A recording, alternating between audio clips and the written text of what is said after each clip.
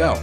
So, Parashat Vayishlach. Let's go. How baby. far off was I? By the way, that was like flawless. Really? Yeah. All the native Hebrew speakers are like, what did you say? Oh. What was your Torah portion when you had your bar mitzvah? So this one's a doozy. It's Bahalotacha. So I would pronounce it Bahaloscha. Of course, I know that one very very for well. sure. Well, my favorite one, right? So it's the third portion of the book of Numbers, Bahaloscha. Oh, numbers! Wow, lucky you. Exactly. I remember I actually saw like a tweet back in the day, and it was like, what's a book title that totally does not convey the contents of the book? And I was just like, Book of Numbers. Like, so Book of Numbers, I got the third portion. Technically, based on what my birthday was, I was supposed to have the second portion, but the second portion is by far the longest one in the entire in the entire Pentateuch, the entire 5 books of Moses. Right. My parents were like, very correctly, he definitely can't handle it. That said, that portion is also, the second portion is really long, but it's like a record of all the gifts that the heads of the tribes donated to building the tabernacle. Yes, of course. So it just repeats over and over and over again for like chapter after chapter after chapter. You could fall asleep while you're reading it and you'd still be fine. So the kid that gets that, he's just like, Exactly. you know. It's like DJ Khaled, another one. But you know what? If you know, I don't know if this works in the Jewish world, but it should. If the Torah portion on your bar mitzvah falls on the second part of Numbers, you should get a lot of gifts that day because all you're doing is talking about gifts. Exactly. Should be like whatever gifts I mention, I get. So I got gypped. Gold, wood, iron rods, curtains. Bring it on. Okay, so we're in episode number 7. If you're number 8 now. Number 8 if you're joining us. Jacob is about to meet with Esau. We have the interesting yet odd, I would say, UFC fight between that's awesome.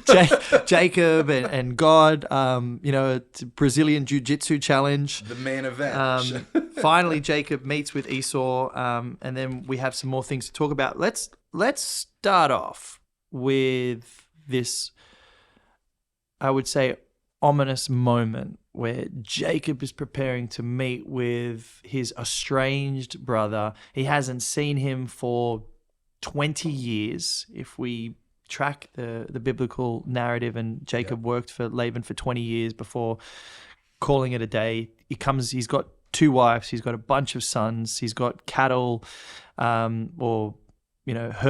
He's built up, I would say, a quite an impressive collection of possessions.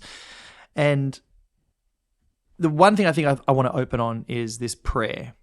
So Jacob's obviously very, very nervous about returning to the land. Now let's preface this by remembering that God promised that he would return him to the land, that it would be returned to the land safely, securely, that there would be a divine protection over his life. And so we see now finally Jacob praying to God in this moment. I want to read this prayer. Jacob says, "O God of my father Abraham, the God of my father Isaac, Adonai, who said to me, 'Return to your land, to your relatives, and I will do good with you.' I am unworthy of all the proofs of your mercy and of all the dependability that you have shown to your servant. For with only my staff I crossed over this Jordan, and now I've become 2 camps. Deliver me, please, from my brother's hand, from Esau's hand, for I'm afraid of him, that he'll come and strike me. The mothers with the children. You yourself said, I will most certainly do good with you, and I will make your seed like the sand of the sea that cannot be counted because of its abundance." It's the first time we see a prayer written out in this way in the Torah. We have moments of small prayer requests to God, but this is the first time where I really think we see an in-depth look at a private moment that someone is having with the creator of the universe. And Jacob's prayer and its structure, I think, is actually really, really interesting, Ari. He starts by addressing God in his sovereign position and presenting that title of who he is. He's claiming that he is the God of Abraham, the God of his father Isaac. And then he goes into acknowledging the promises that God has made. We see an expression of humility coming from Jacob, claiming that he's not even really worthy of the mercy that God has provided for him. And then he has a petition for deliverance. And then he once again recalls God's words. I think the structure of this prayer is actually quite incredible, because what it ultimately is anchoring itself and leaning on is what? It's God's word. Yep. Right? It's the word of God. So Jacob is basing everything moving forward on the promises that God made, who he is, his title, and the fact that he's really not worthy of that. Now, I think about that prayer, and then we look at the Lord's Prayer, right? The prayer that Jesus tells his disciples to pray. Our Father that art in heaven, hallowed be thy name. Your kingdom come, your will be done on earth as it is in heaven. Give us this day our daily bread, and forgive us our trespasses as we forgive those who trespass against us, and lead us not into temptation, but deliver us from evil. You see a very similar sort of structure in the sense that, there's an addressal to who God is.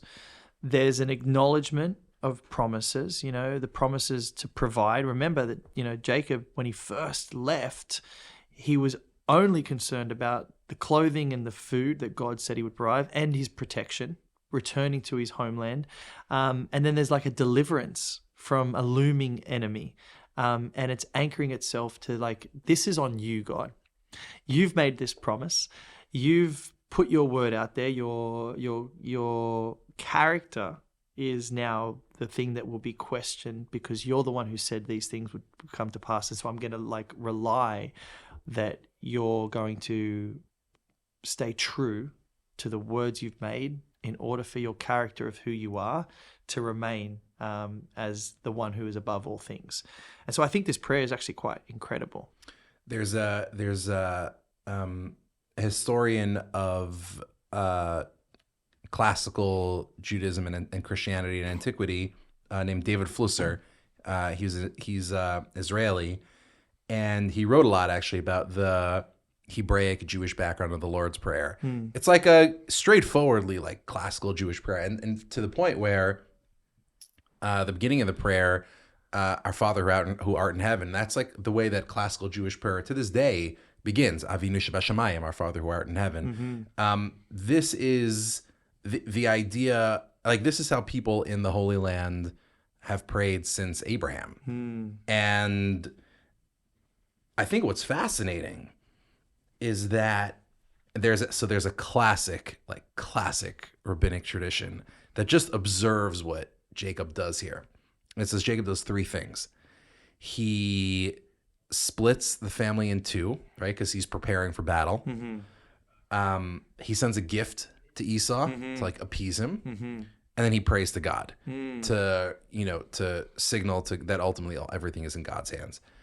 And the point of that observation is just to say, on the one hand, relying on God doesn't mean you abstain from the world, right? It doesn't mean that you just don't care about anything that happens in your real life. It's there's a classic rabbi joke, which is there's a guy whose house is in a flood zone, and the zone is, and there's starting to be a flood. And so his family comes and says, hey, we're going to rescue you. We're here to take you away to a place where it's dry and safe. He goes, nope, I'm relying on God to rescue me. And the waters start rising higher. And finally the fire trucks come and they're like, we got to evacuate. We're here to take you. And he's like, nope, I'm relying purely on God to save me. And then the waters rise up and he can't even stay on the first floor of his house. So he goes upstairs. A boat, a speedboat, comes in with rescue operations, and it says, we're here to save you. And he's like, I rely only on God. He goes up to the roof of his house. The waters are all the way up, and he stands there, and a chopper comes in, and it says, we're here to take you away. And he says, no, my trust is in God. Then the waters rise even higher, and he drowns. And he gets up to heaven, and he says to God, what the heck? What happened? I was relying on you. He goes, what do you want from me? I sent you your family, the fire truck, the boat, the chopper. Like, why give you so many opportunities? Yeah. Right? So just because you rely on God doesn't mean you don't prepare for life, right? So on the one hand, Jacob splits his family, prepares for war, and he prepares for peace, right? He splits his family up to make sure that they're tactically sound. He sends gifts to Esau just in case Esau's interested in peace. By the same token, all of those preparations would have meant nothing without that prayer. And it's like the Psalm says, these with chariots and these with horses, but we with the name of God that we recall. All the plans in the world that you can make are nothing at the end of the day if you don't understand the prime cause behind why everything happens in the first place. Like, then you're just twisting in the wind, and what's the point? Yeah, I think it's like, people always talk about this idea of blind faith, which I think the older and more mature I get as a Christian, I disagree with, because I don't think there's a requirement to have blind faith. I think you have to have a visible faith where you're seeing God's hand work. And like you say, all these things come at your way.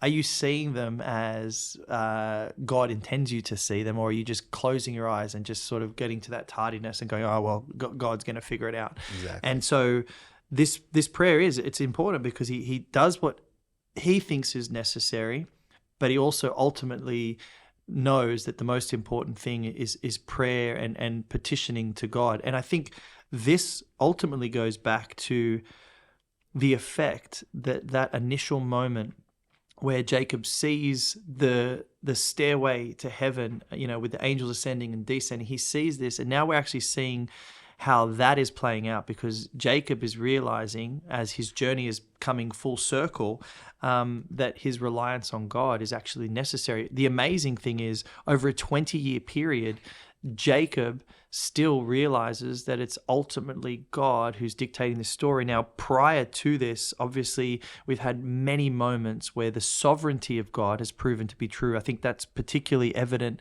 in the fact that Laban tried to rob him out of, his herds with the speckled and the striped, and yet God's sovereignty and Jacob's obedience in that, following God's instructions, shows that if he relies on God, does what he's told, does what he thinks is right, God's ultimately going to go figure out the bigger issues that he can't see that are solvable, which I think is so often the case.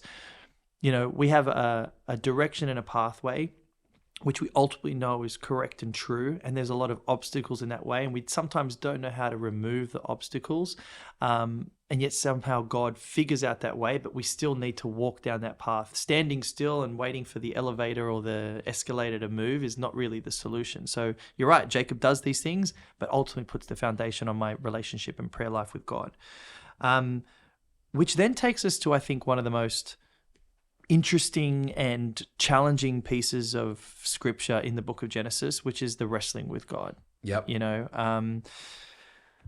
Hosea talks about it being that Jacob wrestled with an angel. I guess Jewish tradition would this figure, whoever Jacob is wrestling with, is the angel of the Lord. How does Judaism approach the idea of this specific identity, which is the angel of the Lord?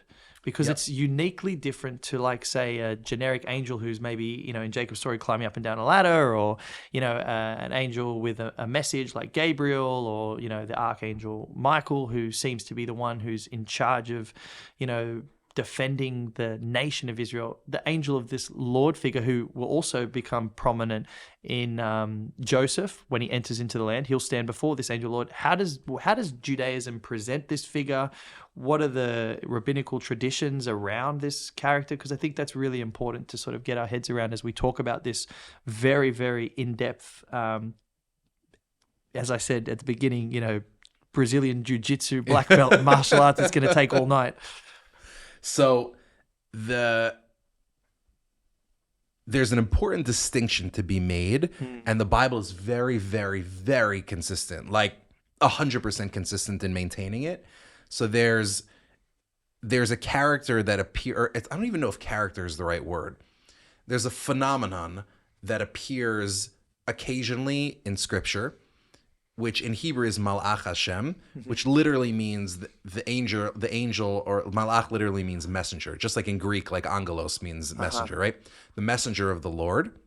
And then there are figures who are clearly supernatural, that we would conventionally call angels, but the Bible will either refer to them as a malach, as a messenger, not a messenger of the Lord, but just a messenger, or as an ish, as a man, but clearly not a man. Anytime the Bible uses the phrase, and this is consistent, every single time the Bible uses that literal phrase, angel of the Lord, Malach Hashem. Malach Hashem. So that angel doesn't even seem to be a character. It just seems to be like, that phrase is used almost like a megaphone. So when that character speaks, it speaks in the first person as God. Like it's just God using a megaphone to speak to human beings, particularly human beings that God is not yet ready to speak to directly. So God never speaks through the angel of the Lord to Moses except at the burning bush, right? Moses isn't ready yet for direct communication. Later in his life, you never see the angel of the Lord appear again because now God's ready to speak to you face to face. Abraham, for example, when God speaks to Abraham at the top of Mount Moriah during the sacrifice of Isaac, that's the angel of the Lord, right? So it's God speaking kind of like through a megaphone, as it were. And the angel of the Lord is, in Abraham's story, is the one that will ultimately prevent him from sacrificing. Yeah, exactly. Yeah. But like the interesting thing is that the angel of the Lord doesn't ever act independently. It's just kind of, like I said, it's like a microphone, right? Then there are angelic figures who do act on their own, right? Who like actually are characters, right? So the figures that appear in Genesis 18 to give Abraham and Sarah the news that Isaac's going to be born, right? You'll have an angel that appears to tell Manoah's wife that she's going to have Samson in the book of Judges. So you have cases like that. This is one of those cases, right? In Genesis 32, this is where the Bible simply describes this person. It says in Genesis 32:24, and Jacob remained by himself, and a man, an ish, it says an ish, which literally means a man, wrestled with him until daybreak, right? Until the dawn. Now, the rabbinic tradition, and actually this is one of the most ancient traditions that exists. It goes back even, its roots are even before the first century, is that this was a particular angel. And you actually have references to this throughout scripture that and by the way, a very famous Jew who refers to this tradition is Paul, right? Paul refers to each nation having a power, right? And this is that's even fleshed out in Daniel, where exactly Gabriel's like, sorry, I was delayed. I was fighting against the 100%. Yeah, Paul has Daniel in mind, right? And Daniel in turn has Genesis in mind. Daniel, by the way, Daniel is explicitly compared multiple times to Joseph. Daniel is very clearly has Genesis open before him. So the way that this story is read is that this is the angelic representative of Esau. And before Jacob confronts his brother in real life, he has to wrestle with the spiritual representative of his brother. And the reason for that, I think, is quite simple, which is that Jacob's entire childhood and then youth is shaped by his relationship with his brother, which is one of passivity. And Jacob's entire life, throughout the entirety of his existence, is all passive, right? So think about it.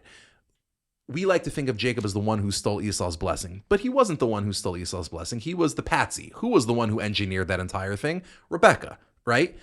Eventually, Jacob leaves, but does Jacob leave? No, he's sent away. Isaac's the one who sends him away. Then he goes and he wants to marry Rachel. Does he get to marry Rachel? No. Laban, like we talked about in the last episode, engineers the entire relationship that Jacob ultimately has, right? With Leah and then Rachel and then Bilhah and Zilpah. And think about it. The even Jacob's encounter with God is fully passive, right? So in the last episode, when we talked about Jacob at Bethel, what happens? What does Jacob do in that vision? Nothing. He just sits there and watches the ladder descend from the heavens, and then he sees the angels going up and down. This is the first moment. And by the way, his this is something you've mentioned. You and I have talked about before. His whole name is named for passivity. What does Jacob do? Yaakov means It literally means like the trickster or the one who comes after. It could also mean the one who comes after, because Akev can mean afterwards. He's the afterthought. He's the one who grabs onto Esau's heel. Esau's the main character. Jacob's just like the follower, right? This is the first moment in Jacob's entire life where he stands up and does something actively. Before he can actually start to before he can start to experience the second half of his life, because the second half of his life is going to be the mirror image of the first, right? So his entire life beforehand is sibling rivalry, is different wives and different children not getting along, is trickery, etc. Is stressful relationships with the families of the earth, right? The second half of his life is going to be the same thing. His children are going to fight with each other. He is going to be tricked by his children, right? He is going to have stressful relationships with the nations round about, Shechem and Hamor, right? He's going to, and ultimately, he begins his life by fleeing the land of Israel. He's going to end his life fleeing to Egypt, but this time, instead of fleeing, he's going to go there by invitation.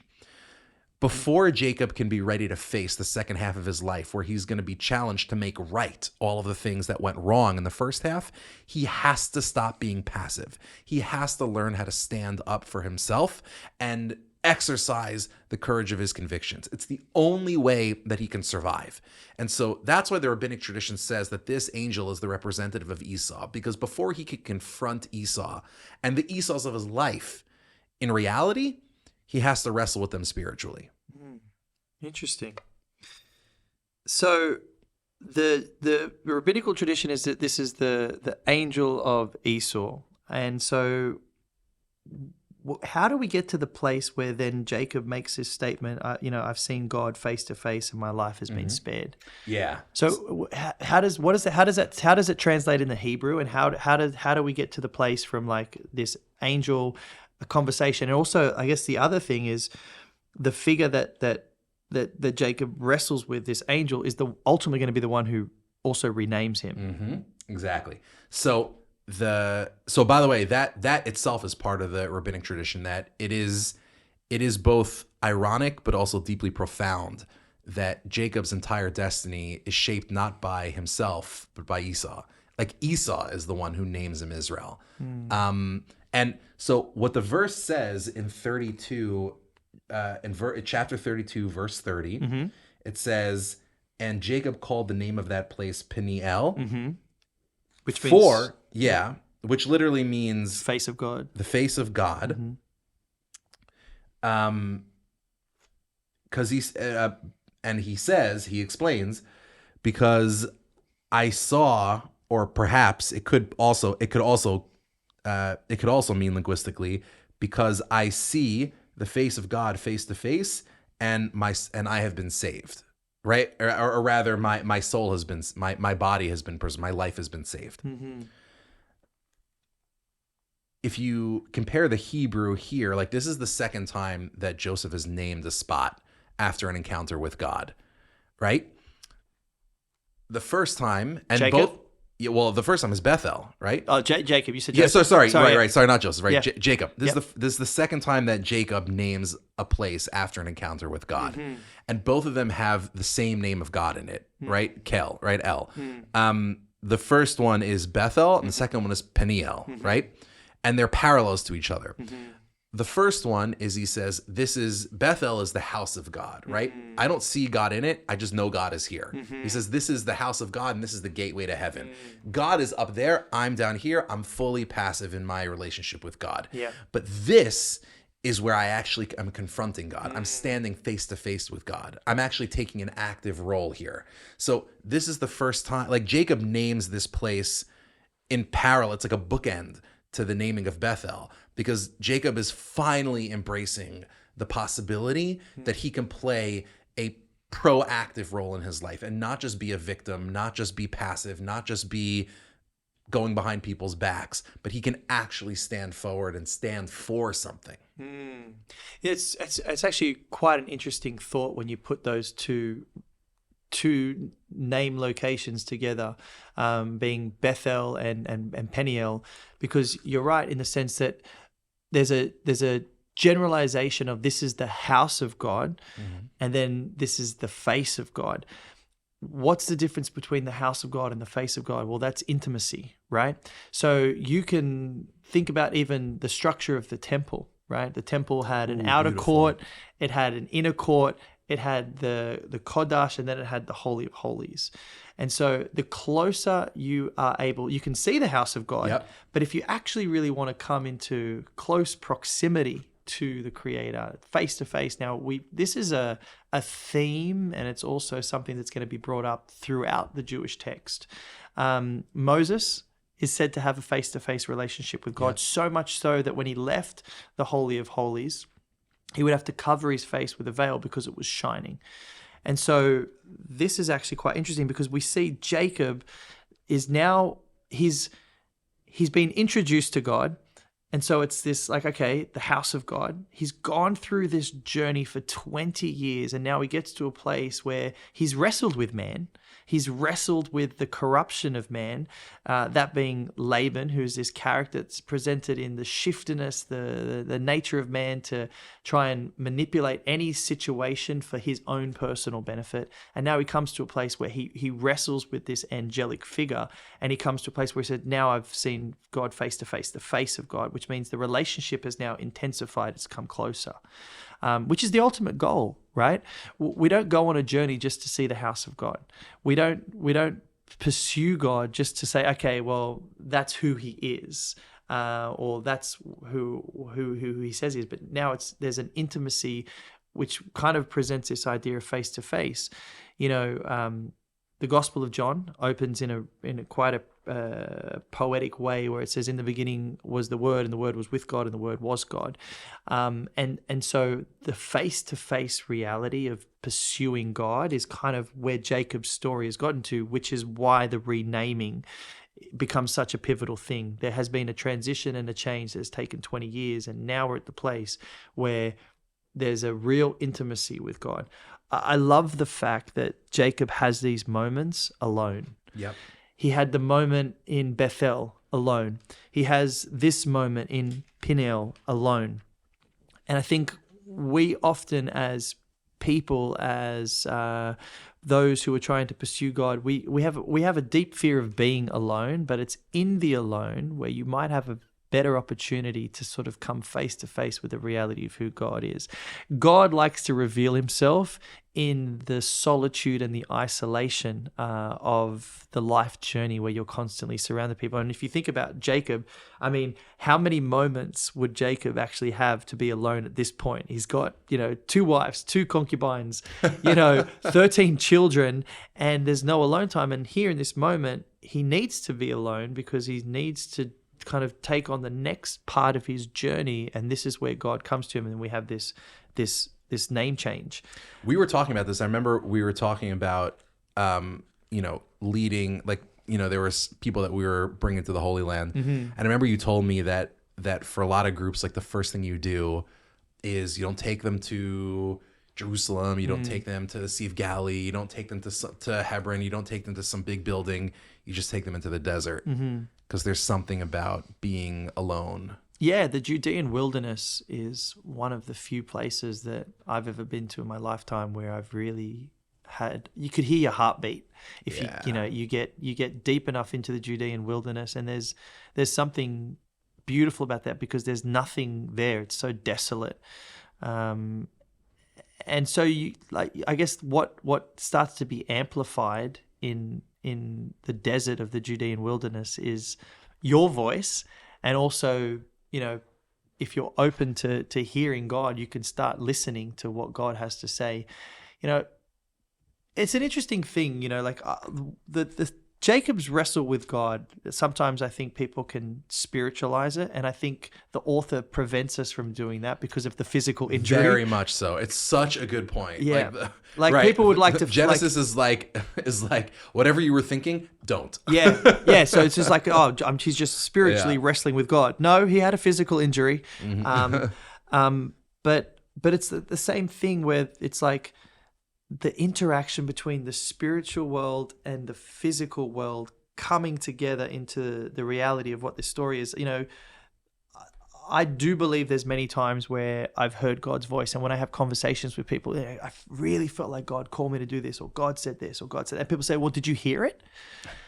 And the answer is it's not like an audible voice like the world that we live in, but the voice that I hear is a whisper to my heart, and it usually comes with complete clarity, no confusion, and it goes against what I'd comfortably want to do. It challenges me. It's not something that I would do for myself because it sounds like it kind of almost puts me in a position where I have to make a choice. But the road is very, very clear, and I think that's quite important because there's been many times in my life where I feel like God has definitely challenged me and he's spoken to me. And that's what the one thing I love about Scripture is even when Elijah is, done with his purpose of what he thought his life was. Moses, you don't hear God's voice in the loudness. It's actually in the quiet. God calls both Elijah and Moses into kind of caves and desolate places where it's not in the thunder, it's not in the shaking of the earth, it's in the quiet, the whisper, sound of pure silence. Yeah, the pure silence, which I think is why the Judean wilderness kind of allows that. Again, you see, Jesus during his ministry often goes to desolate places. He goes away from the crowds. He goes into desolate places. When he goes into the wilderness for 40 days and for 40 nights, it's to get clarity. It's to actually be in a place where you can hear God. And so we even see in Jacob's story, the same thing happens. It's in his alone time. The other thing that I think's important to point out about this specific story of Jacob is you see a real desire for this blessing. It's been there since day one, right? So Jacob had a desire to be blessed. He wanted the blessing from, from his father. He wanted, the birthright from Esau. He has a desire for the blessing. But what I actually appreciate about this story is his persistency for the blessing. He will not let go. Such a good until point. Daybreak, which I think the question a lot of believers have is if you believe that God has a blessing for your life, how bad do you want it? Really? Yeah. How badly do you want that blessing? What lengths would you go to in order to receive the blessing from God? Now, I want to preface this by saying that a blessing in God's economy is not the same as a blessing in the world's economy. Often when we think about a blessing, and especially because we live in this physical realm, we always think of blessing as something financial, where I get something, I gain something, I have something, I achieve something, and so it's usually like a financial, monetary, or something that brings about more comfort to my life. That's how most people define it. Oh, God bless me, he gave me a new job. God bless me, he gave me, money came in that I wasn't expecting. He gave me a new relationship, all these things. And I want every single person listening to this podcast to realize that is not the biblical definition of a blessing. The true biblical definition of a blessing is anything that brings you closer to God, which is so often the things that are not a blessing to the world. Yes. And pain, disappointment, struggle, betrayal, all these things, because then it actually brings you into a place of your vulnerability and your desperate need, not to be independent, but to be dependent on the one true creator. And so the blessing is really anything that draws you into relationship with God. But again, the question to the person listening to this podcast, how much do you really want to be brought into God? We were downstairs and we were having a conversation with, just someone we met in a coffee shop. And she said, this is, I actually prayed about wanting to have a deeper desire to read God's word. And I said to her, it's really simple. Just read it. Yeah. You have every single resource accessible to you. It's an awesome conversation. Yeah, chat GPT. You've got, internet sources. You've got people who have spent their whole life, books upon books that you could read and study. The only thing that's stopping you is your willingness to give up your time. It's you. Yeah, that's it. There's nothing stopping you from having a relationship with God besides you. By the way, the text in Genesis 33, which we're reading now, is so clear about this, but in a very subtle way. Okay. So think back all the way to Genesis 27, right? Genesis 27 is where Jacob attempts to steal the blessing that Esau would have been given. And Isaac ends up blessing Jacob, thinking that he's blessing Esau. What blessing would Jacob had given Esau had Esau been there? Well, we know because he gives it to Jacob under false pretenses. What's that blessing? The blessing is all the nations will serve you and people will bow down to you. And the word that he uses for bow down is vayishtachavu lecha le'omim. Hishtachaveh means hishtachavaya means to bow down. It's a somewhat common word in the Bible, but it appears in very specific contexts.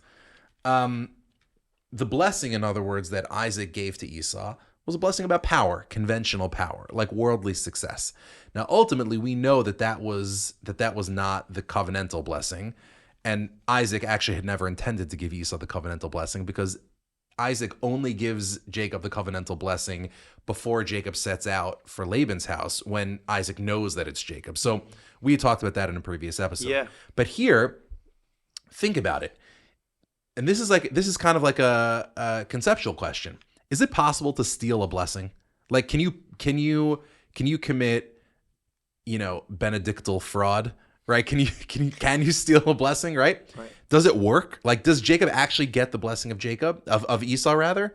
The answer is no, and the Bible tells us no. How do I know? Take a look if you look in Genesis 33, what's the very first thing that Jacob does when he encounters Esau in verse 32? In chapter 33, verse 3. Chapter 33, verse 3. And he passed before, it says that Jacob passed before his whole family. And what did he do in front of Esau? He bowed down to the ground 7 times until he came near to his brother. And it uses that exact same word for bowing down that Isaac used. Vayishtachu. And so much so, actually, that even though grammatically speaking, when Isaac, it's actually an interesting thing. The Hebrew, when Isaac speaks, he says vayishtachavu, right? That's the plural. The v at the end of vu is a plural. If you wanted to say an individual did it, right?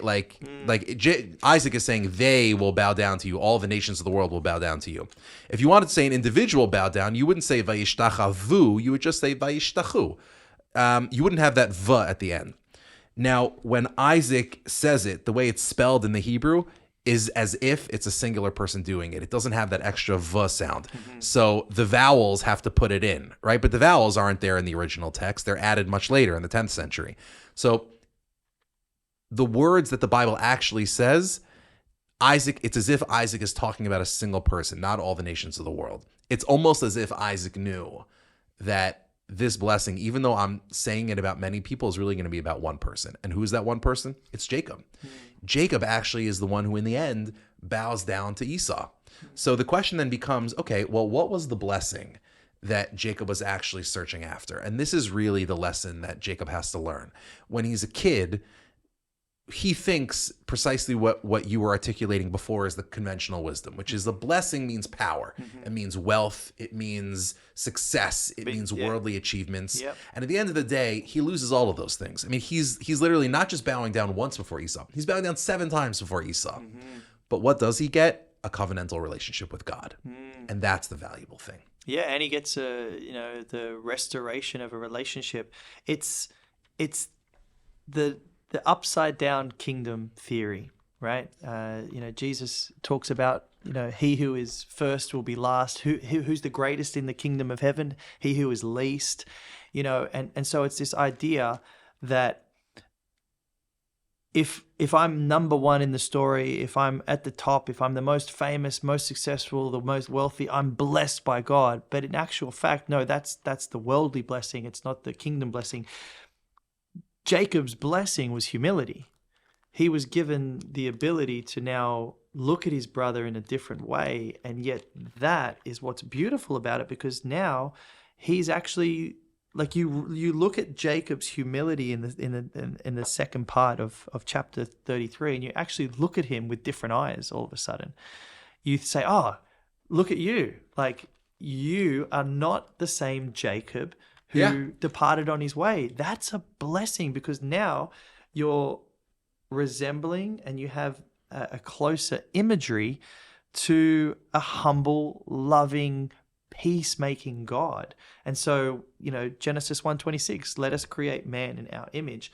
Well, the image of God is not the image of a man who's prideful, who's warring, who creates division, who seeks violence, but rather the man who's humble, obedient, restoring, redeeming life, relationship, all these things. So he's actually become his true self, which when we go back to chapter 32, I love that, so Jacob says, so the angel says, your name will no longer be Jacob, but rather Israel, for you have struggled with God and with men, and you have overcome. Then Jacob asked him, well, tell me your name.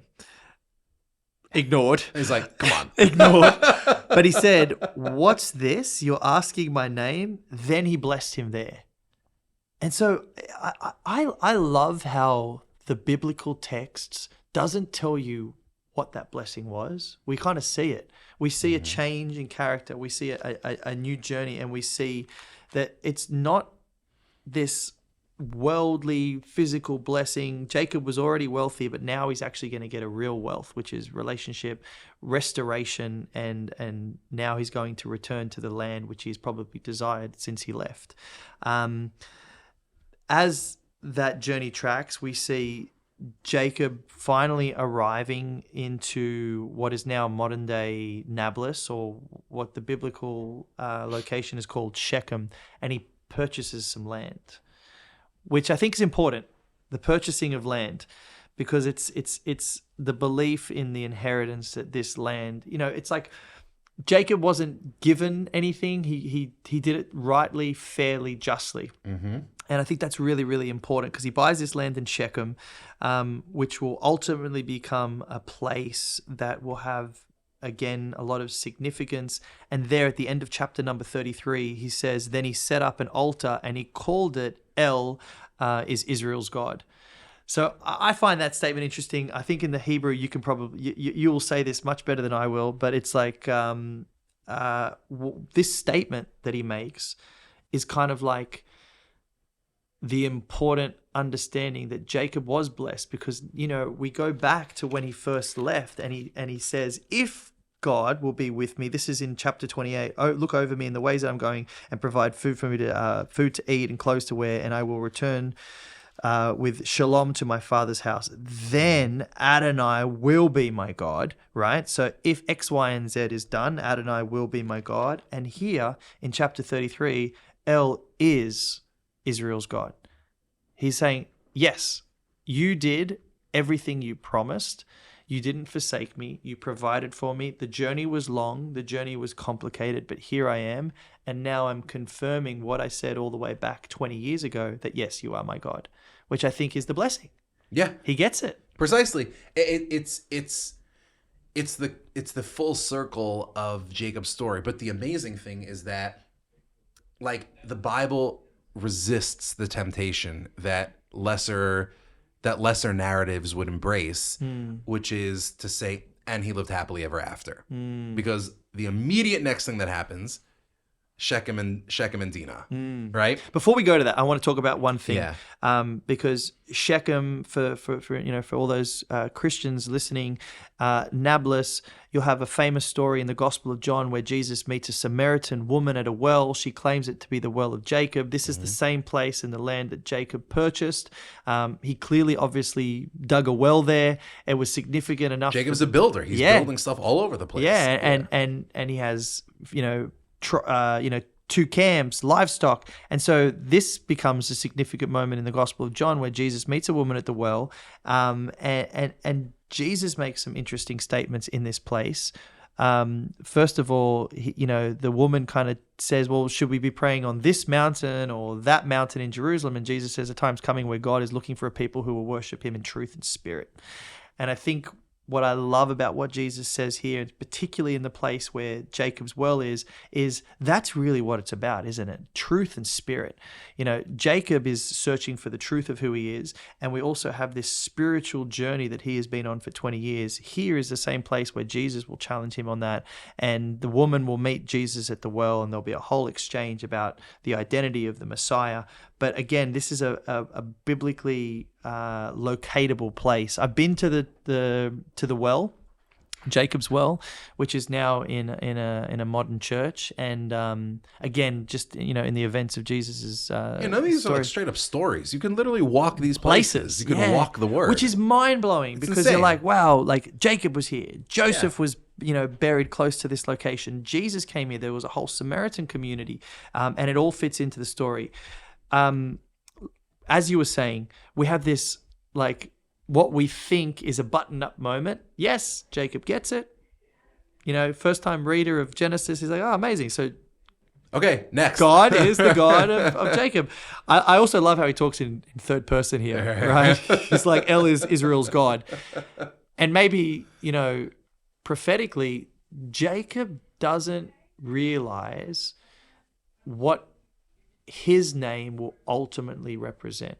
Because again, we go through the text of the Torah and the Tanakh, and Jacob or Israel now becomes a representation of all the Jewish people, and he will be like the personification of an entire nation of people. So not only is he saying, well, hey, yeah, I've figured it out that El is Israel's God, but also that's going to be the journey of the nation of Israel as we move forward. But by the way, I never noticed this before until you just pointed it out.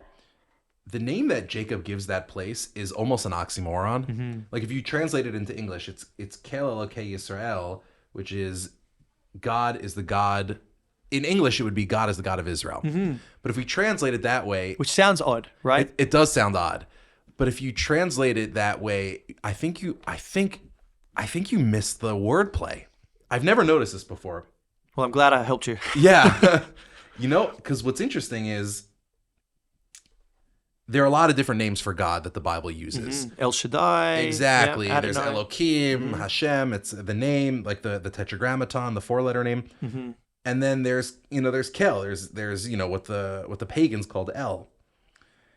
And throughout this story, Jacob actually uses a bunch of different names for God, not just that one. If you translate those words literally, because remember, the name Israel has that name of God in it. Mm-hmm. It means fought with God. Mm-hmm. So think about what Jacob is calling this place. He's like, this God is the God of the one who fought with God. Right? Which is such an insane thing. It seems like an insane thing to say. Like, my God is the God that I fight with. But I think that's biblical morality. That really is what it is. God doesn't want sheep.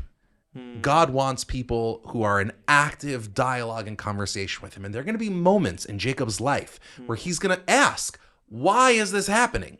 And what God is saying is that's okay. It's okay for you to wrestle with God. Rebelling against God is a different story. But fighting with God, wrestling with God, that's actually a virtuous thing. God is the God of the one who fights with God. That's a profound statement. And it's the first thing that Jacob says after this whole story has come full circle. Or rather, it's the last thing that he says in this part of the story, because after this, we're transitioning now into the back nine of Jacob's life, right? The very closing moment of this story is Jacob says, my God is a God who wants me to ask questions, to challenge, and is okay with me doubting, with me feeling anxious, with me feeling insecure. But as long as at the end of the day, you remember that covenantal relationship, as long as we keep talking, as long as we're always talking to each other, as long as the connection is there, then there's a relationship, then there's hope. The death of hope is the death of conversation. And I think that's, especially from an ancient world view, we have to remember that this Genesis story is outlining how uniquely different this God is to every single other identity Exactly. of gods that were around, 4,000 years ago. This was like fully revolutionary. Yeah, it would have been almost uncomfortable, I think, for someone to read, because they're like, wow, this is very intimate.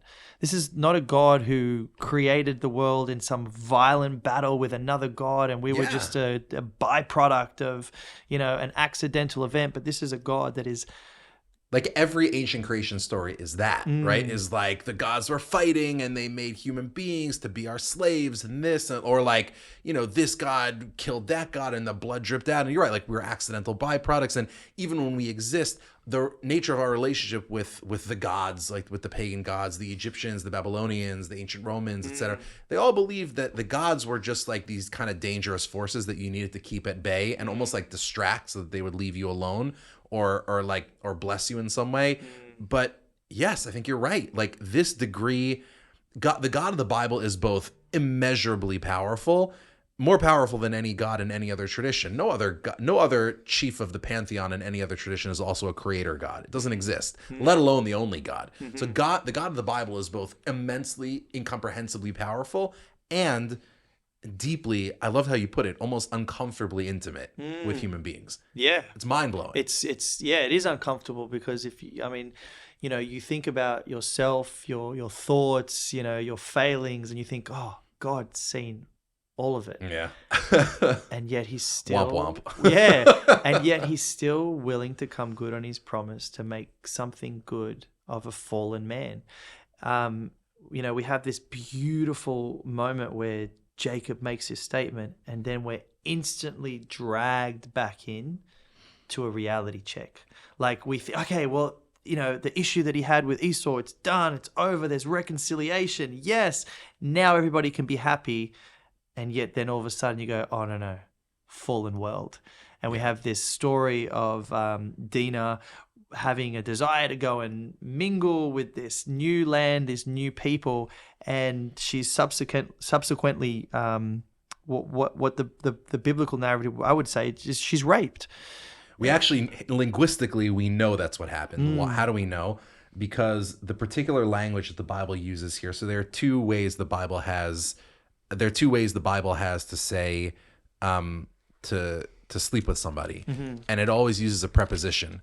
Right, so it will say, "Vayishkav eleha," and he lay with her. Right, so it'll be, or it literally means towards her. Right, he lay towards her, and he came unto her. Right, so it's always using prepositions. Here it uses what's called a definite article, which means it literally means and he raped her. So we just know from a biblical linguistics perspective, like we know that this was an act of force. And you're right, like this is the moment where, again, like I said, any lesser story would have been the happily ever after moment. Jacob rides off to the sunset and everything works out. Yep. Immediately there's this reminder, oh wait, we live in a society, both a human society, but also a Canaanite dominated society, which is deeply A, hierarchical, B, obsessed with power, and C, like full of villains. And again, I think it's important because, later on in the story, God is going to call the Israelites to enter into the land of Canaan and to remove the inhabitants of the land, which is sometimes, I think a lot of people struggle with the severity of how God presents Israel to deal with the people living in the land, the Canaanites. But this is a perfect example of what Canaanite life was. Okay, there's a woman in a field. It's par for the course. Yeah. We know this, like, from their own literature. Like, we know archaeologically, epigraphically, like, this is par for the course. It was dark. It was wicked. It was self-serving. It's everything you wouldn't want a society to be. And this is just that painful reminder that we live in a fallen world where the lust of the eyes and the desires of the flesh are still running rampant. And so again, we have this story. Now the response, I'm interested in to see how, Jewish literature and rabbinical thought kind of approaches the response from Simeon and Reuben. And Levi. And Levi, yes. Right. And so what's the take on, like, first of all, it seems like there's some sort of agreement. And you also see flashes. Like, it's also quite interesting because you have this high moment of Jacob becoming Israel and having this profound statement, and then he's gone back in some sense to a default setting, going, "Oh, how do I manage this problem?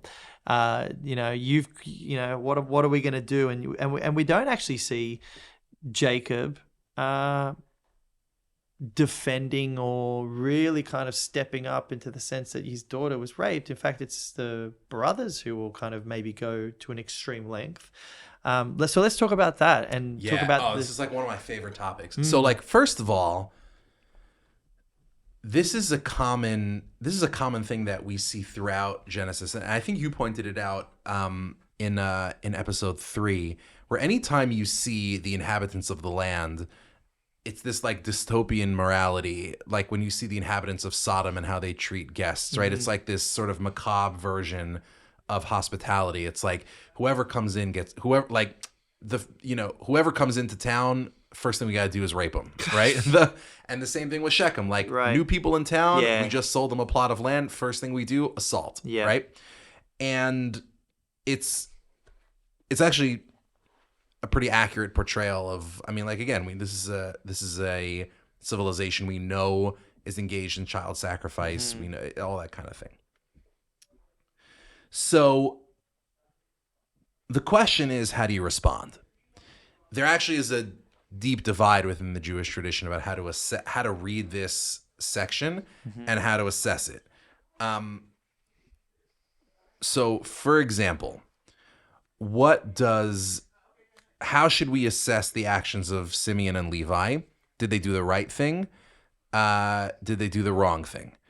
Well, first of all, we can actually just begin by observing the situation that they're in. So if you look at chapter 34, verse 16, so when they're kind of,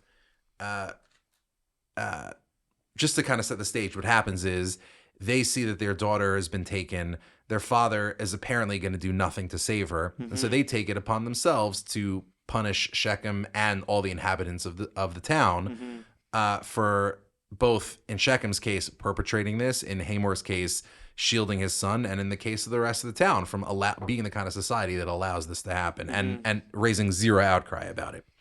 So what they do is they conceive of a stratagem where they say, well, okay, and by the way, this is like the macabre marriage proposal. Like, think about it. This is like the Canaanite marriage proposal. I'm going to rape your daughter, right? And then use that as an invitation to a conversation that seems congenial, right? Like Shechem and Hamor, when they're speaking to Jacob, make it seem like this is a totally normal way to do things. Totally, and right? I think it's like, I think it's so evil. Yeah, and you kind of like, okay, like the hypothesis of like, okay, let's just say everyone came to an agreement, said, okay, well, this kind of thing happened, so let's just make an agreement, you get circumcised.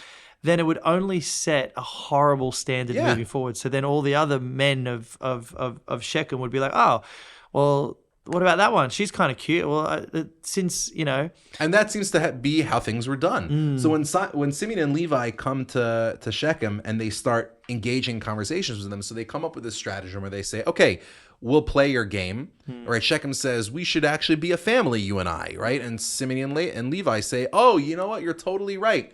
We'll marry your daughters, you'll marry our daughters. And then if you look at the end of that verse, it's 34:16. It says, we will give our daughters to you, and your daughters we will marry for ourselves, and we will dwell with you, and we will be Lamm echad, which means we will be as one nation, right? The only other time in the book of Genesis that phrase is used outside of this context is all the way back in Genesis 11, and it describes the city of Babel. Ah, of course, right. Where it says that our aspiration is to be like one nation. Now we know in that narrative that is a similar case where it sounds so utopian, it sounds so idealistic. Who could not want to be one nation, peace among men and peace on earth? But we actually know from that narrative that not all is as it seems. For example, in building the Tower of Babel, we talked about this, I think, in our first or second episode. The kind of work that gets done in that tower is bricklaying. We know from both archaeological sources and the Bible that the only way that bricklaying was able to be done in the ancient world is through the use of slave labor. So Babel, and there's so many other examples of this. The Tower of Babel is built by a society that is a totalitarian empire, and it's forcing slaves to do all this labor. So it sounds great on the surface, but underneath it's this horrible dystopia. The same thing is happening here. That's what Genesis is telling us. Like Simeon and Levi sound like they're Shechem sounds like he's describing this incredible deal that he's giving to Jacob, where you can integrate into our society. All you have to do is be okay with this violation of a poor young woman. And Simeon and Levi are aware that they're in this terrible position. So they come up with this stratagem to say, well, if you want to have this kind of communal unification, you need to get circumcised. They wait until they're circumcised. They wait 3 days. They're all weakened, and then Simeon and Levi slaughter them all. Okay. What's Jacob's reaction?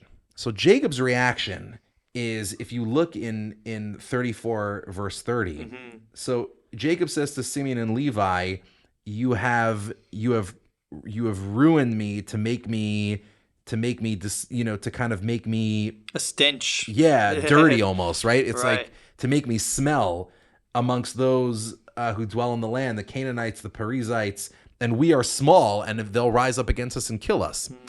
That doesn't seem to be a moral objection. It seems to be a strategic, like a tactical objection. Like, how could you do this? You weren't thinking long term. We're going to be under threat because of this. Now, Simeon and Levi respond in the final verse of that chapter, and they say, so what, you're just gonna let this happen to our sister? That's your plan? Treat like so she could be treated like a prostitute. Yeah, that's your plan? You're just gonna let people, And that's it. no answer. That's it. The Bible does that, doesn't it? Yeah. And so again, it's like the question gets asked to Jacob, but ultimately the question gets asked to us. We're like, because we don't get the answer. It's like, well, what is the correct answer? Well, it's Now, no. The answer is no. She shouldn't. Now, what's interesting is you might think, well, Jacob ends up having the last word, because all the way at the end of the book, right? I think it's Genesis 49, the very end, when Jacob blesses his children, he says to Simeon and Levi, "Klei chamas mecheratem," he says, Simeon and Levi are your violent children. You did poorly by me. He basically curses them. And so you'd think, okay, that's Jacob's that's the Bible's final word, the condemnation of Simeon and Levi. But even that's not the case. What actually happens through the rest of the Bible is Simeon and Levi are on parallel tracks. If you track their stories throughout the rest of Scripture, particularly throughout the rest of the books of Moses, both of those tribes have the capacity for violence, for unilateral action, for like real independence in support of a goal that they have decided is right, whether it's right or not. In Simeon's case, that capacity ends up being exercised for evil. So the classic example is in the book of Numbers, in the story of Phineas, right? So just to refresh the memories of the readers, so you have the Moabites, the Midianites have kind of seduced the Israelites to try and get them to worship pagan idols, and they succeed. And this whole process, its climax is where the leader of the tribe of Simeon, Zimri, son of Selu, comes and brings the Midianite princess into his tent, and they're engaging in relations in front of the whole people. Right. And it's this seedy again. Yeah, it's like this like super shady act of just unilateral action, just taking the law into their own hands. Now, who's the one who puts a stop to it by literally killing them? Phineas. What tribe is Phineas from? Levi, right? In the case of the golden calf, when Moses sees the entire people descend into idolatry, and he says 3,000. somebody needs to put a stop to this. I need people to come and kill the perpetrators who are rebelling. Who's the tribe that does it? Levi. So, and you can trace this actually throughout the entire rest of Scripture. Simeon and Levi both have the capacity for impetuous action, even for violence. And what the Bible does here is it actually brings us into a conversation about violence in such a way where it says, it's actually, if you're the kind of person who says all violence is good or all violence is bad, you're basically a child. There are times where it's called for, and there are times where it's a terrible sin, and in fact needs to be punished with violence, right? And I think what Jacob is kind of like, what Simeon and Levi are articulating for us here is a moral principle, which is, and which the Bible lets them have the last word in Genesis 34. Yeah. At the end of the day, Jacob, you had no plan. If we did what you said, this is just gonna, we're just gonna let our daughter languish in we're gonna let our sister languish in captivity, and I mean, God only knows what horrors are going to be visited upon her again and again and again. And moreover, we're just inviting this behavior. So Simeon and Levi are right. They're articulating a principle that cannot be violated. They're right, and I think that question actually leads us into the question, right? Because like, what do you do? Yeah, so like okay, if they're wrong in their actions, yeah, and it's also wrong in what do you do? Right? You're left with the reality, like, this is a fallen, corrupted world that is so intrinsically tied up into mess and destruction. What do you do? And I think chapter 35, actually, God comes in. All of a sudden, bang, Jacob says nothing. God comes in and God says to Jacob, get up. Boom. Get up. Go up to Bethel and stay there. Make an altar there to the God who appeared to you when you fled from your brother Esau.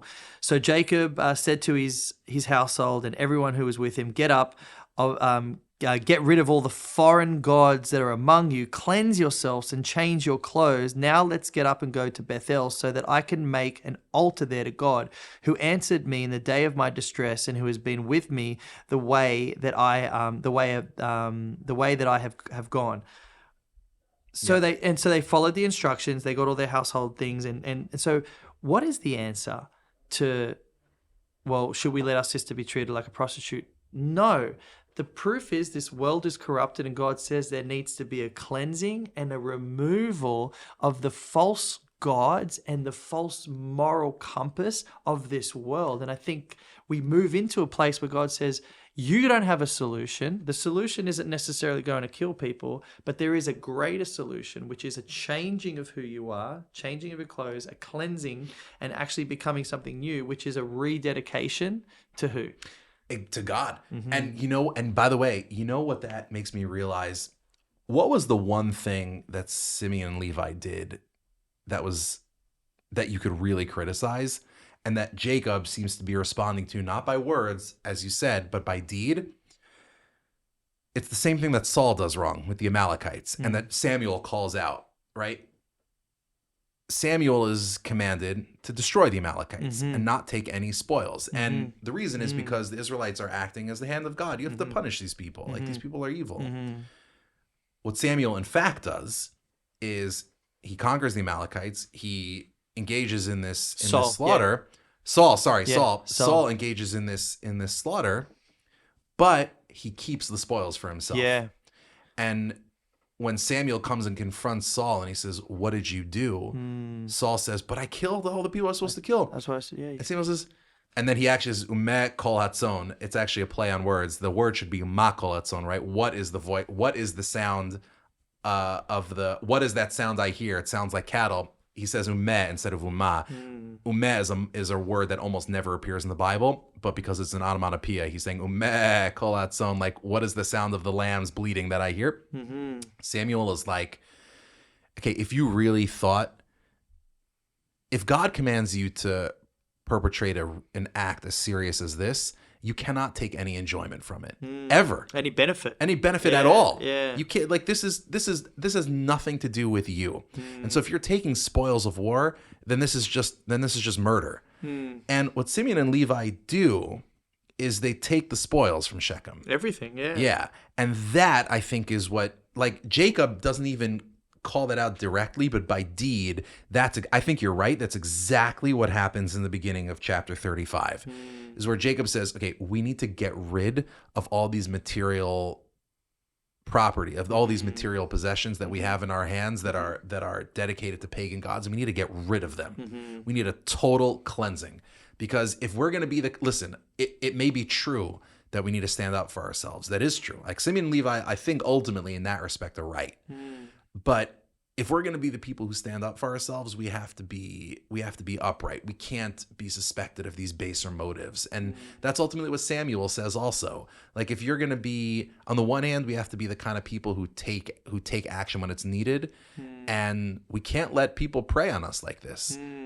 We can't allow predators to roam free. And it also, I think, but that imposes an obligation on us. Yeah, and it also shows that in order to fix the mess that man has created, there is a desperate need for God to interject. Exactly. If without God, this is just the same political squabbling and tribal infighting that human beings have done for thousands of years, which is still happening today. You know, we see the same patterns of humanity over and over again. Well, you did this, so I'm going to do this. Yeah, and you did that, and I'm going to do that. And it's not until God interjects and says, "Okay, you're all ultimately you're all missing the point." And so, I guess the moral and spiritual lesson we can learn from this is, like, when you're in or find yourself in a situation that's not ideal, first seek the counsel of God. Exactly. You know, and that's probably like why I think, like, it ends with this open-ended question that never gets answered, and yet God interjects and says, "Okay, you need to go and do X, Y, and Z." And then we find ourselves in this place where God appeared to Jacob another time, and he blessed him, and God said to him, "Your name was Jacob. You're no longer will your name be Jacob, for your name will be Israel." So he named him Israel. God also said to him, "I am El Shaddai. Be fruitful and multiply. A nation and assembly of nations will come to you. From your loins will come forth kings. The land that I gave to Abraham and to Isaac I give to you, and to your seed after you I will give you the land." What I appreciate about this blessing from God, he says, be fruitful and multiply. Well, where have we heard that? Oh yeah, so Adam and Eve, and then Noah. Right? And so it's almost like it's re-articulating the covenant. Yeah, re-articulating the covenant and re-establishing, like, everything that's just happened was not my intention. This is human nature. Yep. This is the broken human spirit that God is constantly trying to change and bring into its true self. And so this commandment to be fruitful and multiply once again shows the heart of God, and also his desire for man to not live as we are, but to actually become what we should have truly been from the garden experience. And so God goes back and doubles down. And then we get to the place where Rachel will die as they travel from Bethel, and she's struggling with her birth of her son, which will be Benjamin, and she dies tragically, and that's where Jacob will set up a memorial. And then we get back to the place where Israel returns to Isaac, so he's finally reunited with his father. But then we get another issue in the story, another son. So we have this time Reuben, who will sleep with his father's concubine Bilhah, and we're like, oh, like the story, you just kind of like, man. And then we finally get to chapter 36, which is Esau's genealogy. Yep. Which is an interesting way to finish. Now, genealogies, Christian methodology of genealogies, skip. Is it the same in the Jewish traditions? So it's not in the Jewish tradition, but in Jewish practice. I shouldn't say the Jewish tradition. I should say the Jewish modern tradition. It's like people will read and be like, yeah, 100%. Like, did I skip a page by accident? Maybe. But I think what actually is happening here, and it's so crucial to read. Like, there are times where you need to actually pay attention. Where every word of the genealogy actually is intentional. So, for example, the genealogy between Adam and Noah is so literarily majestic that actually every word is in an important place, in an important position, and you can get so much out of comparing both the, the genealogies of Shem versus the genealogies of Cain, etc. Yeah, there's a lot of detail, hidden details for the reader who wants to pay attention. Exactly. This is a case where it's actually more, I think, I could be wrong, but my sense of it is that you're supposed to almost like fall into kind of a trance-like state as you read this, but it's supposed to have a cumulative effect on you, which is there is one word that actually appears again and again in this genealogy, and it's not a mistake. It's actually supposed to sink in, and that is the word, in Hebrew, it's the word aluf, which means like a battle chieftain. For example, if you look in chapter 36, verse 15, it says, "These are the chieftains of the battle chieftains of the children of Esau." And it keeps telling us, it kind of tells us about the genealogy of Esau in martial terms, in military terms. And the reason is because what we're supposed to understand is that Esau achieved what Jacob in his youth, like we were saying before, what Jacob in his youth like aspired to, which was power. Esau was just a powerful nation. And by the time, and this genealogy is so long and detailed that if you were reading this as a person who was living at the time, you would have finished it trembling. You would have been quaking in your boots because it would be like reading out the generals of Napoleon's army, right? You would just say, this is a nation of conquerors. Who could possibly stand before them? Yeah, the dominance of this line. Exactly. And then it's only going, and then after this, and by the way, what comes right before it? A genealogy of Jacob's children, right? Beginning in 35:23, where the whole thing is over in 6 verses, right? And you're supposed to like compare, like, oh, there's this small people that are basically, and they just had a whole argument over how defenseless they are, right? When it came to the story of Shechem and Dinah. So you have this kind of tiny defenseless nation of shepherds versus this massive nation of conquerors. And you really start to think to yourself, how will the children of Jacob survive, right? And at the end of the day, it comes down to trusting God. It's very easy, and we see this all the time. It's very easy to look at the world and see the powerful figures who are ruling mighty nations and who are commanding massive armies and or totalitarian dictators who can do whatever they want. And it's tempting to say those are the powerful. Like you always want to be on the sides of the winners, right?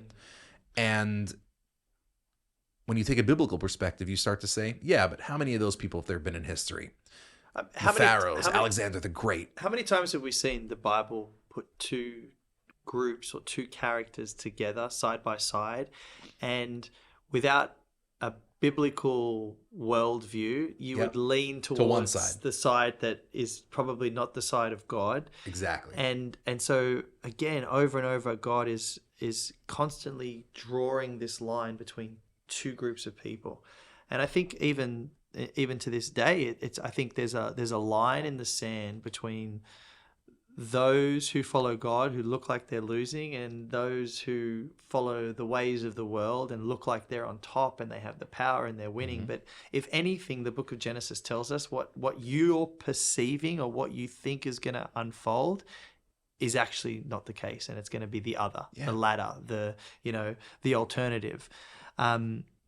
The other thing I'll say, which I think about these genealogies, is, how often do you get skeptics of, the Bible, the authenticity of this text, going, oh, this is just a man-made book. Are you telling me that some dude 4,000 years ago was sitting in a cave or on a hilltop going, hey, yo, I need a name for Bilal, give me another 10 names. I need another 10 names.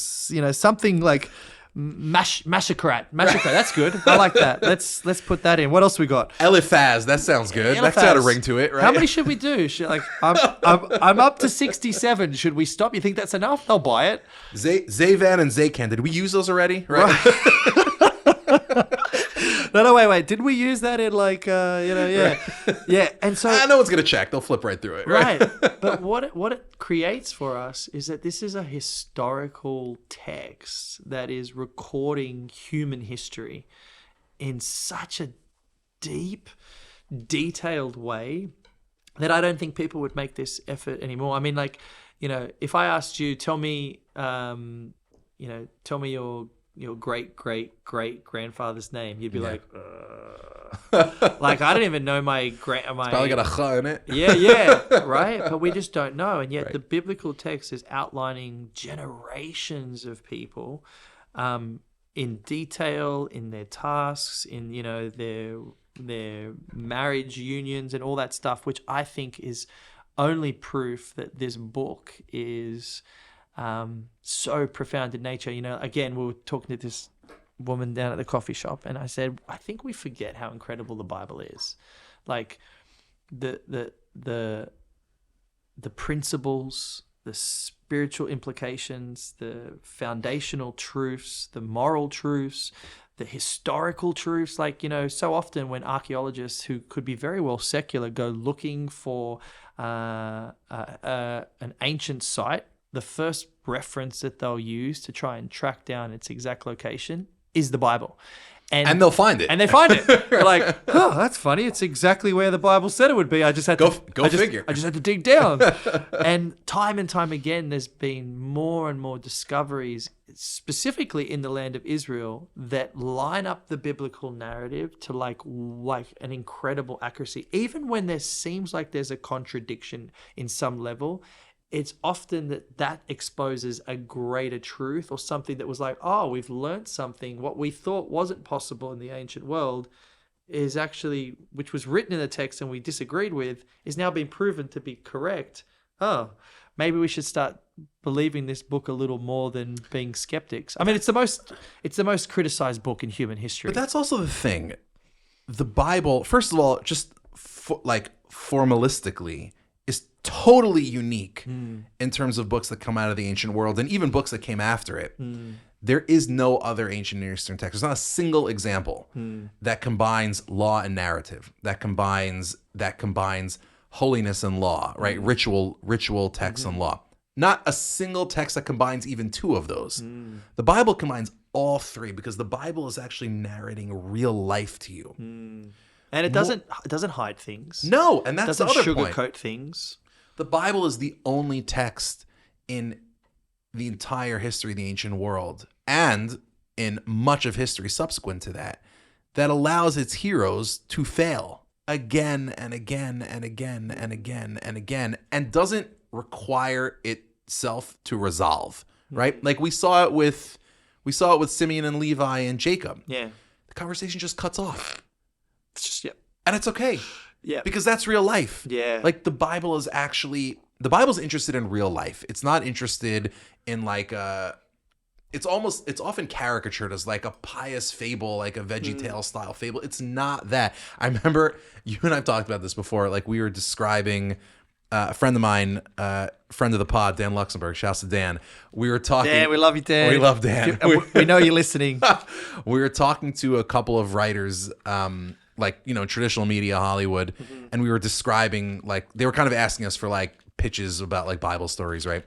And so we just started talking about stories from the Book of Judges, and we were like, yeah, there's Yael and Sisera, you know, where like Yael kills Sisera, and we were like, yeah, that's like Beauty and the Beast if Belle murdered Gaston, right? Then we're talking about Ehud and Eglon, and I'm like, yeah, that's like murder and fart jokes. And body shaming. Yeah, body shaming. He was a fat man, Eglon. Right, exactly. And then we get to the concubine of Gibeah. These are all stories in the book of Judges. If you haven't read that one, it's a gnarly story. So we're describing that story for like kind of writers in Hollywood, like not people who hadn't read the Bible before. And as we're telling the story of the concubine of Gibeah, one of them goes, "There's no way that's in the Bible." Because I think a lot of people who don't read caricature as they just expect, like just Disney tales. I think a lot of people expect the Bible just to be, you know, and don't do this, and you shouldn't say this, and here's some nice things that will make you feel better this afternoon. Here are a series of motivational posters. Oh, you've just gone through a breakup? Here. Yeah. Some, you know. So again, also just like the fact that we have these open-ended questions, you know, I think one of the most open-ended questions throughout the prophets is in the book of Jonah. It finishes with just a question. With a question. God. Yeah. You know, Jonah, who's the most disobedient, rebellious prophet of God, who's still being used, you know, is upset the fact that God has allowed Nineveh, which he in his eyes thought was a wicked city, to remain because they repented. That's God is the God of the one who fights with God. That's Jonah. Yeah, right? Absolutely. And it finishes where it says, but Adonai said, "You have pity on the plant for which you did not labor or make it grow, that appeared overnight and perished overnight. So shouldn't I have pity on Nineveh, the great city that has more than 120,000 people And much who cattle. don't know their right hand from their left hand, as well as many animals?" Question. And again, we get left with the question. But Roll credits. Roll credits. Because what does that do to the reader? The reader then stops and sits and goes, if I want this answer, then I'm going to have to push on. Mm-hmm. I'm going to have to keep going because the answer's not here, which means I turn the page. Yeah. And I think, those moments in Genesis are there for page turning purposes for us to go, this doesn't feel finished. And I think what God is telling us through his text is it's not. This is far from finished. You're far from finished. Yep. There is so much more that you need to first understand about myself before you can even begin to get to the depths of who you currently are and who you should become. And so we keep going through this text, going on discovery. And so again, we go back to this figure in the coffee shop. People want to get through this book. She's like the new best character on the Yeah, pod. she's like, who is this mystery woman? And I said, I said to her, like, most of the time I ask Christians, even Jewish believers, like, have you read the Torah, the Tanakh? Have you read the Bible? And they're like, yeah, I have. And I was like, but have you read all of it? Have you read all of it? And they're like, yeah, I've read all of it. I think I have. Like, I must have in my my readings that I've somehow managed to get through. And the truth is, most people, and I'm probably talking like, I would say a solid probably 70, 80, if I'm probably being like kind, have not read the Bible in full. And so we have this expectation that if we read a large portion of it, we'll understand God, where I really think the very first thing you need to do if you're going to pursue God and understand God is to read the entire text cover to cover. Before you ask any questions, before you have any criticisms of this text or any, personal experiences, I think the most important thing you should do is read the entire Bible cover to cover. See what God has to say, not only about himself, but about the story that we find ourselves in. Because ultimately, like you and I, Ari, we've been having this conversation for an hour and we're talking about it as if it's theoretical, but it's a historical event. Jacob was a real character. Esau's genealogy reminds us that this is a real story that you and I are now engaged in. And we have to ask... We're not in the story. Yeah. Which amazing. Is incredible. That the same God that pursued Abraham, Isaac, and Jacob and made a series of promises to is the same God that we can communicate with, understand, and pursue right now in our life. And I think sometimes we take that for granted. Cherish this book.